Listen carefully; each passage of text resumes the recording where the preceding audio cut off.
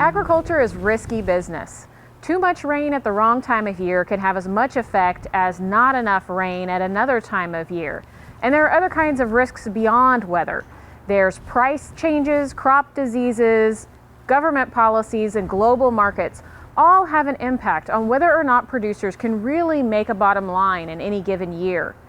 The U.S. Farm Bill has different programs that help producers manage those risks and uncertainties that they face.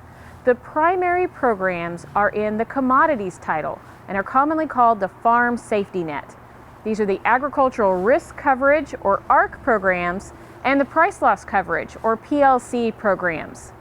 Producers can enroll in either one or the other of those programs, but not both, depending on whether they want to cover their revenue losses with ARC or price losses and drops in the markets with PLC. Now, while producers can choose one or the other of these programs, they can combine them with crop insurance with certain limitations.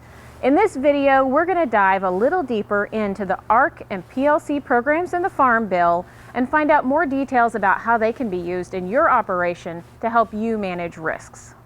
ARC and PLC only apply to certain row crops. You'll need to look at the kinds of crops you can sign up for in your specific county on your farm. These crops have expanded from year to year on what is covered. The most recently added crop is seed cotton, where seed cotton is defined as cotton that's been harvested but is unginned, containing both the seed and the lint. For a full list of covered commodities, talk to your FSA agent in your county. Let's talk about each one of these programs, ARC and PLC, in a little more detail. The ARC program protects against drops in revenue. When the actual farm revenue drops below a guaranteed revenue level, the ARC payment will trigger in your county. The ARC payment is calculated as the difference between the guaranteed revenue and your actual farm revenue multiplied by the base acres in your farm. So let's pause for a minute and talk about what are base acres. Base acres are the acres that FSA records as being planted to specific covered commodities on your crop. Base acres on record for your farm don't have to match up to the actual planted acres of the commodities that you plant in any given year. The price loss coverage, on the other hand, protects against drops in the marketing year average price. When the marketing year average price falls below an effective reference price, a PLC payment will trigger in your county. The PLC payment is calculated as that difference between the marketing year average price and the effective reference price, the yield per acre in your county, and the base acres on your farm.